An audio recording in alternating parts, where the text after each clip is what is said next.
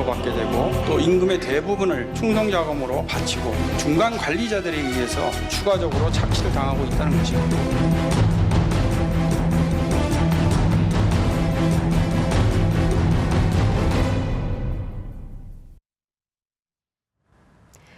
북한에 살고 있는 주민들만 인권 침해를 받고 있는 게 아니었습니다. 해외 파견된 북한 근로자들의 삶도 녹록지 않은 것으로 드러났는데요. 한편 중국이 석탄 소비 감축을 선언하면서 북한의 대중국 수출이 타격을 입게 되면 이 해외 파견 근로자들의 삶은 더욱더 힘들어질 것으로 예상됩니다. 북한대학원대학교 양무진 교수, 북한자유연맹 김주성 이사와 함께 자세한 이야기 나눠보겠습니다. 네, 안녕하십니까? 안녕하십니까? 네, 안녕하십니까? 네, 오늘 해외 파견된 북한 근로자들의 삶에 대해서 이야기를 나눠볼 텐데요. 먼저 얼마나 많은 근로자들이 나가 있고 또 주로 파견되는 국가는 어딘지 궁금합니다. 북한이 해외에 파견된 국가 근로자 수, 국가는 약 한 40여 개 국가. 예? 그리고 그 파견 근로자 숫자는 한 6만여 명 되는 것으로 알려지고 있습니다. 좀 그 국가별로 그 분포들을 보면은 러시아에 약 한 2만 4천 명 정도. 또 그리고 동북 삼성을 비롯한 중국에 한 2만 2천여 명. 또 그리고 그 중동 아프리카 여기 한 1만여 명. 또 그리고 이제 유럽이라든지 기타 아시아 국가에 한 4천여 명. 그래서 한 6만여 명이 해외 파견됐다. 저는 그렇게 알고 있고, 또 이러한 6만여 명들이 그 연간 그 외화 수익, 임금에 의한 외화 수익 벌어들이는 그 금액이 약 한 4억 불 정도 된다. 예. 저는 그렇게 알고 있습니다. 그렇게 되면 이게 북한 경제는 어느 정도 도움이 되는 건가요? 그렇죠. 지금은 이제 우리가 그 개성공단과 좀 비교해 볼 필요가 있습니다. 개성공단 근로자가 약 한 5만 3천 명. 여기에 대해서 연간 임금에 의한 수익, 이것은 약 1억 불 정도 됩니다. 그런데 지금은 이제 뭐 한 5, 6천 명이 많습니다만도 해외에서 벌어들이는 것이 4억 불 같으면 북한 경제에 상당 부분 기여하고 있다. 저는 그렇게 분석을 합니다. 그렇군요. 이렇게 해외에 많은 근로자들이 파견돼서 외화를 벌어들이고 있는데 이들의 삶이 상당히 열악한 것으로 알려져 있음에도 불구하고 그 인기가 대단히 높다고 하더라고요. 네, 그렇죠. 어떤 조건을 충족해야 나갈 수 있는 건가요? 그 원래 해외 파견 노동이라는 거는 이게 예전에 김일성 시대에 성분이 나쁜 사람들이 주로 그 러시아에 볼목 안으로 내보냈던 것이 기저였거든요. 이것이 그 김정일 시대에 와서 뭐 일련의 뭐 이게 북한식 경제 시장 확장이라든가 여러 가지 요인에 의해서 기조가 바뀌었습니다. 그러니까 삶을 위한 결국은 이게 국내에서 머무르 봐야 그만한 돈이 안 벌어지기 때문에 그러니까 너도 나도 가기 수요가 높아진 거죠. 네, 그로 인해서 러시아뿐이 아니라 리비아 건설이라든가 대체적으로 그쪽에 나가서 아무리 착취를 당하고 고생을 해도 북한이라는 사회 울타리를 벗어나면은 여러 가지 그런 형태를 갖춰서 벌 수가 있는 거죠. 더 높은 그렇죠. 그렇기 때문에 수요가 높아지니까 결국은 거기서 로비가 생기고, 뭐 결국은 북한의 해외 노동은 일장일단이 있는데요. 뭐 일단 다 통제도 심하지만 그 통제 자체가 예전과 달리 순순한 통제가 아니라 통제하는 사람 자체도 그를 통해서 로비를 해서 상부상조가 조성이 되어 있다는 거죠. 그렇군요. 그럼 뭐 출신 성분 같은 것도 고려를 하나요? 거의 최근에는 많이 고려를 하기 시작했죠. 그러나 이제 러시아 같은 거는 완전히 순전히 벌목을 위해서 가는 사람들이고요. 나머지 그 좀 전에 그 교수님 말씀하셨지만은 리비아라든가 특정적인 나라들의 기술 노동으로 나가는 사람들. 그런 사람들은 아무래도 성분을 많이 따져가면서 나가는 거죠. 뭐 이렇게 어떻게 보면 높은 경쟁률을 뚫고 해외에 나가는 근로자들이 막상 해외에 나가서는 열악한 환경에 노출된다라고 하던데요. 상황이 어떻습니까?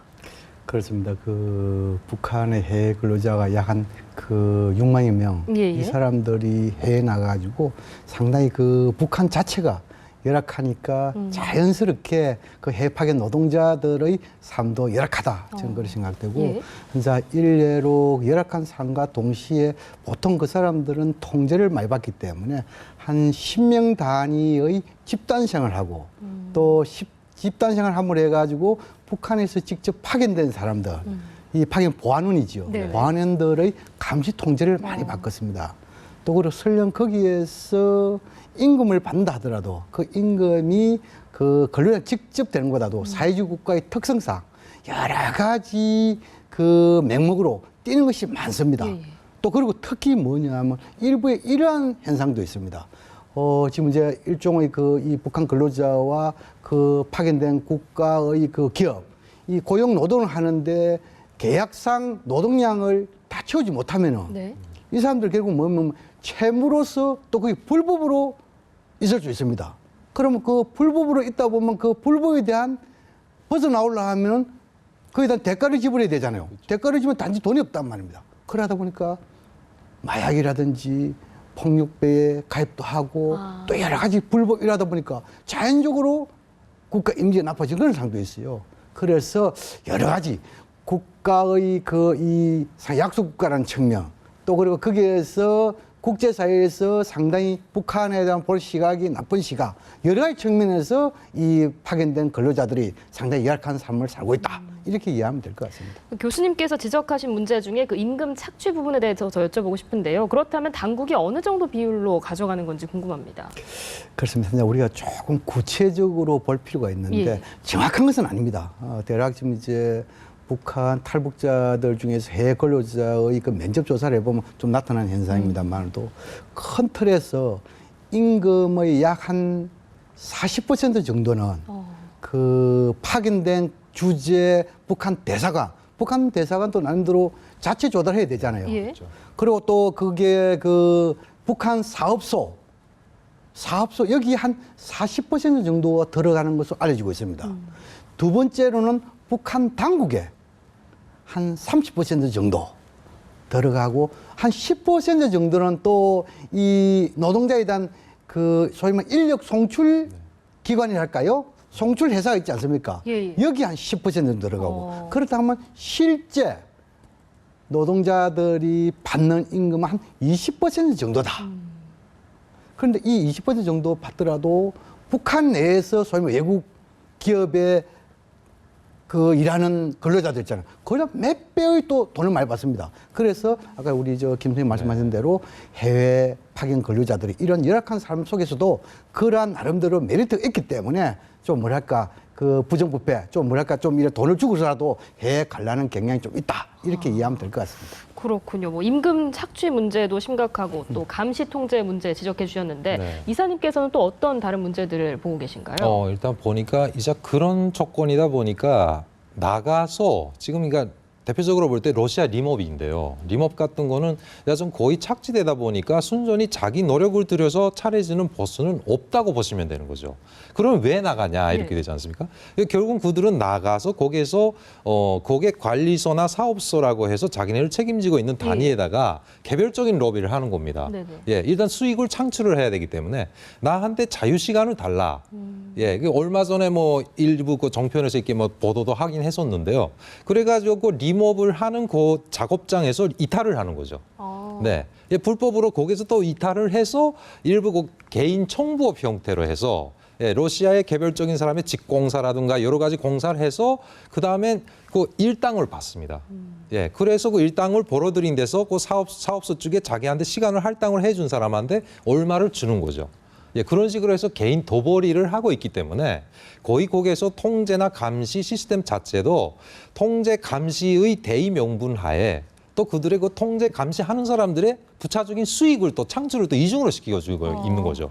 그러니까 결국은 일을 그만큼 많이 해서 벌어들여봤자 뭐 2중, 3중으로 계속 착지가 되기 때문에 통제 감시 수단이 돈을 벌어들이기 위한 수단으로 이렇게 바뀌고 있다는 거죠. 한마디로. 그러니까 감시를 하는 그 주체들에게 돈을 주고 네. 시간을 산다 이렇게 그렇죠. 볼 수 있는 거군요. 네. 또 하나 문제로 지적되는 게 해외 파견된 북한 근로자 같은 경우는 뭐 현지 근로자들도 기피하는 가장 위험한 일에 종사를 하게 된다던데 이건 어떻게 된 일인가요? 아무래도 이게 그 천재 의뢰의 기회라고도 볼 수 있죠. 우물 안의 개구리 같은 북한 주민들이 밖에서 볼 수 있는 기회는 그때밖에 없는 거지 않습니까? 그러니까 거의 그 또 북한의 그 노동 환경을 자체를 보면은 우리 남한식으로 노동 안전 그런 환경을 보게 되면 대비가 안 될 정도로 열악하거든요. 네네. 그러니까 거의 북한 사람들은 거기 해외 나가서 위험이란 거, 뭐 이게 쌈디 업종이라는 거 여러 가지 형태가 있지만은 거의 다 무시하고 그 기회를 놓치지 않으려고 위험은 감수하고 그냥 하는 거죠. 그렇군요. 한마디로. 그런 뭐 안전에 대한 대책이 제대로 마련되지 않은 상황에서 이렇게 위험한 상황에 노출되는 그런 문제들도 있는 것 같고 지금까지 뭐 외화벌이를 위해서 해외에 파견된 파견된 근로자들의 삶에 대해서 짚어봤는데요. 지금 이런 상황에서 중국이 석탄 소비 감축 선언을 하는 바람에 북한의 수출 전선에 타격이 입게 생겼다 이런 이야기가 들리는데 상황이 어떻습니까? 그렇습니다. 이제 이 북중 관계가 좀 불편한 관계지요. 불편한 관계 속에서 특히 또 장성택의 채용 이후에 또 그 북중 간의 경제 사업이 상당히 좀 열악한 수준을 갖지요. 거기에다가 이제 중국이 일종 G2 국가로서 환경 오염 문제 네. 이런 선상에서 이제 이 북한의 석탄 수출 이 부분에 대해서 상당히 검열이 강화됐지요. 그런데 보다 중요한 것은 이러한 여러 가지 요인도 있지만도 큰 틀은 뭡니까? 석탄이라든지 이 광물 자원들 있죠. 이것이 원자재의 국제적인 가격이 하락되기 때문에 네. 여기서 결국은 뭡니까? 북한의 수출에 의한 이 수익금이 상당히 작아졌거든요. 하여튼 그렇게 볼 수 있고. 그런데 좀 더 구체적으로 뭐냐면 이 북한이 중국으로 수출하는 석탄이라든지 이 광물 자원 이것이 약 지난 2013년과 2014년을 비교해 보면은 2014년 지난해야 예. 약 한 2억 5천만 불 정도가 수입이 감소됐습니다. 그렇다면 수익금이죠. 그런데 감소된 것이 북한에서 2억 5천만 불 같으면 상당한 큰 금액 아닙니까? 예. 그래서 아마 북한에서 이러한 손실된 이 금액을 보충하기 위해 가지고 군인들을 동원해 가지고 수산업 같은 거 있잖아요. 네네. 이런 것을 상당히 또 이 수출을 강화하고 또 그리고 히토류 같은 거 있잖아요. 네. 이것도 강화하고 또 들어가서 최근에 뭡니까? 물론 지금까지 에볼라는 걸 가지고 이 외국인 관광객을 안 받아들였잖아요. 그러다 보니 또 여기에 대해서 또 뭡니까? 이 외화 획득이 좀 감소됐죠. 이런 것을 만약에 해서 최근에 에볼라 이것도 소위 말해서 통제를 제감을 해가지고 관광 수입 막 이런 식으로 좀 뭐랄까 손실을 많이 하는데 나름대로 노력하고 있는 것이 아닌가 저는 그렇게 분석을 합니다. 이 외화벌이의 차질이 빚어지면서 이런 여러 가지 방편들을 마련을 하고 있는 상황인데 또 하나 목격되고 있는 것이 북한 당국이 근로자들의 충성 자금을 늘렸다라고 네. 하거든요. 이 충성 자금의 정체가 뭔가요? 그게 원래 북한 전 국민에게 그다음에 조직별로 다 할당이 된 결국 이게 김 씨의 포켓마네를 벌어들이기 위한 그런 시책이거든요. 그러니까 이게 충성 자금 말 자체로 김 씨를 이렇게 우상화해서 그들을 위해서 충성심의 척도를 금액으로 하라 이런 거. 그러니까 예. 당원인 경우는 이자처럼 보면은 당원은 1년에 1g씩 금으로. 네, 그 다음에 갖고 청년 단체도 있고 청년 조직도 있지 않습니까? 나머지 학생들까지도 이게 심지어 1년에 토끼 가죽을 몇몇씩 내라. 이게 외화 원천이 될 수 있는 걸 다 끌어들인 거죠. 그리고 그 다음에 특정적으로 보면은 이게 북한에 생겨난 외화벌이 기관들 있지 않습니까?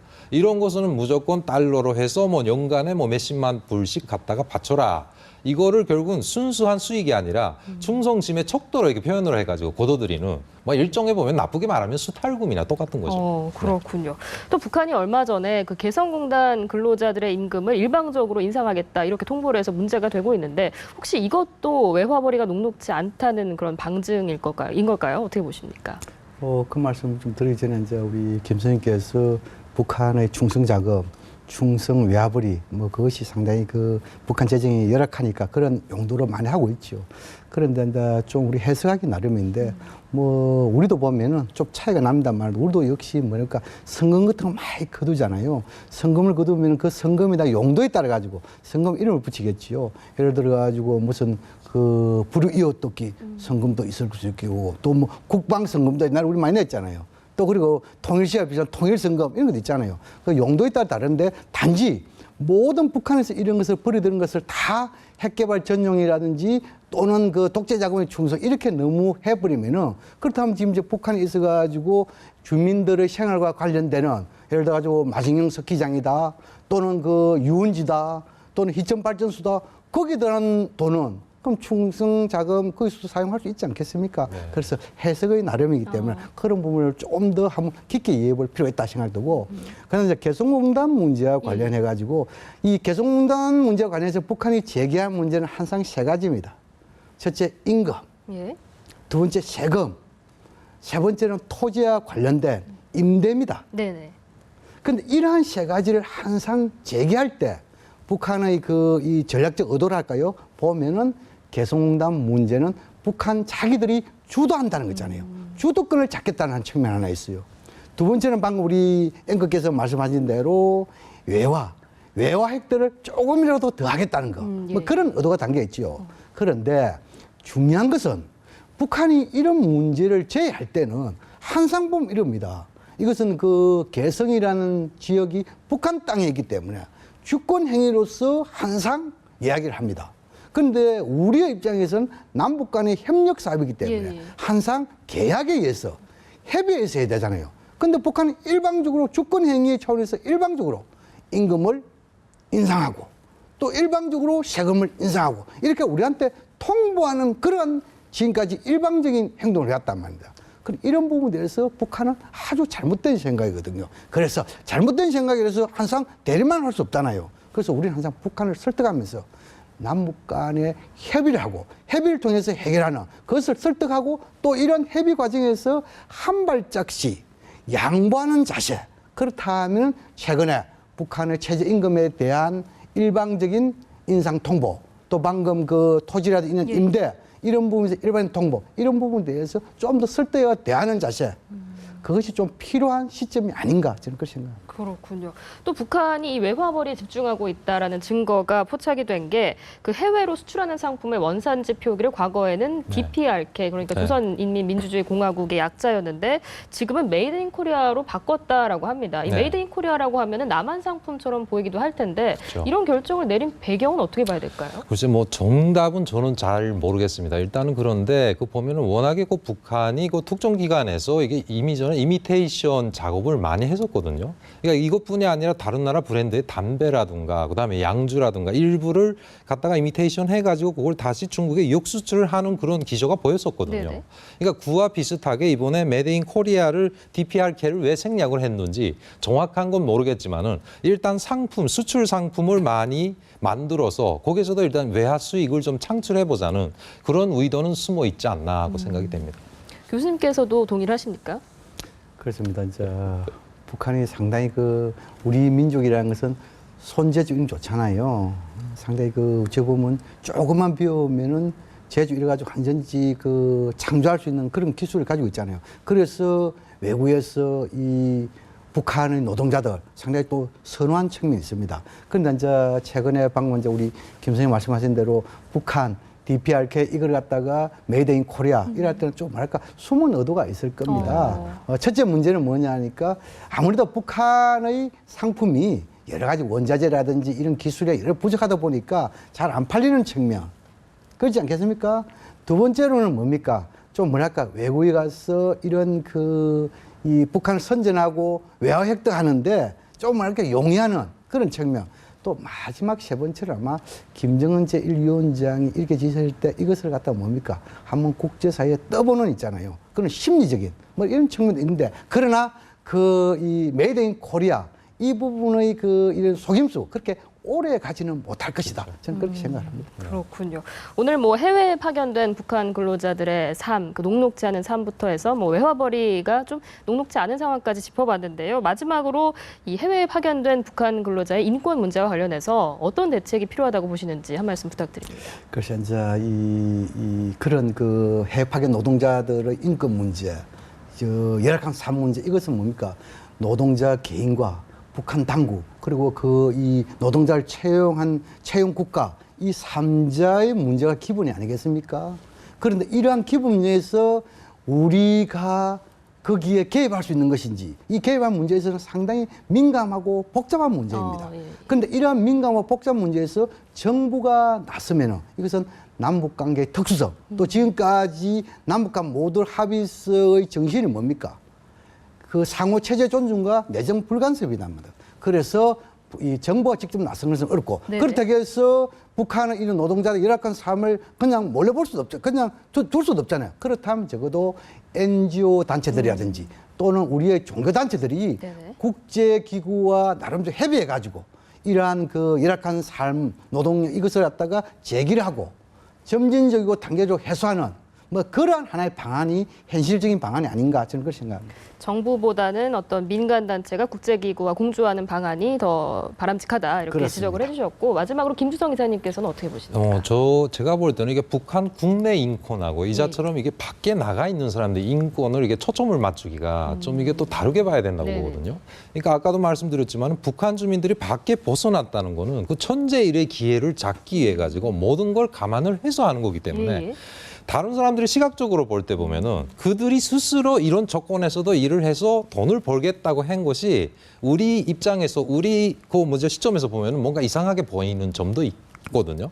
그렇기 때문에 일단 보게 되면은 그 국제 NGO 단체라든가 좀 전에 교수님 말씀하신 것처럼 좀 더 이렇게 시각적으로 넓게 볼 수 있는 단체가 좀 관여할 수 있는 그런 한도에서 관여를 해서 그 북한의 그 해외 파견된 그 노동자들의 인권 문제를 좀 이게 집어낼 수 있는 그런 좀 대책을 좀 마련하는 것도 좋지 않나고 생각이 듭니다. 그러니까 이제 막상 나가 있는 근로자들은 그런 모든 어려움을 감수하고 나간 것이긴 하지만 또 네. 국제사회 기준에서 봤을 때는 그게 인권 침해로 그렇죠. 여겨질 수 있기 때문에 네. 뭐 국제 NGO라든가 이런 부분의 개입이 또 네. 필요할 수도 있을 것 같습니다. 네, 오늘 말씀은 여기까지 듣겠습니다. 지금까지 북한대학원대학교 양무진 교수 그리고 북한자유연맹 김주성 이사였습니다. 고맙습니다. 감사합니다.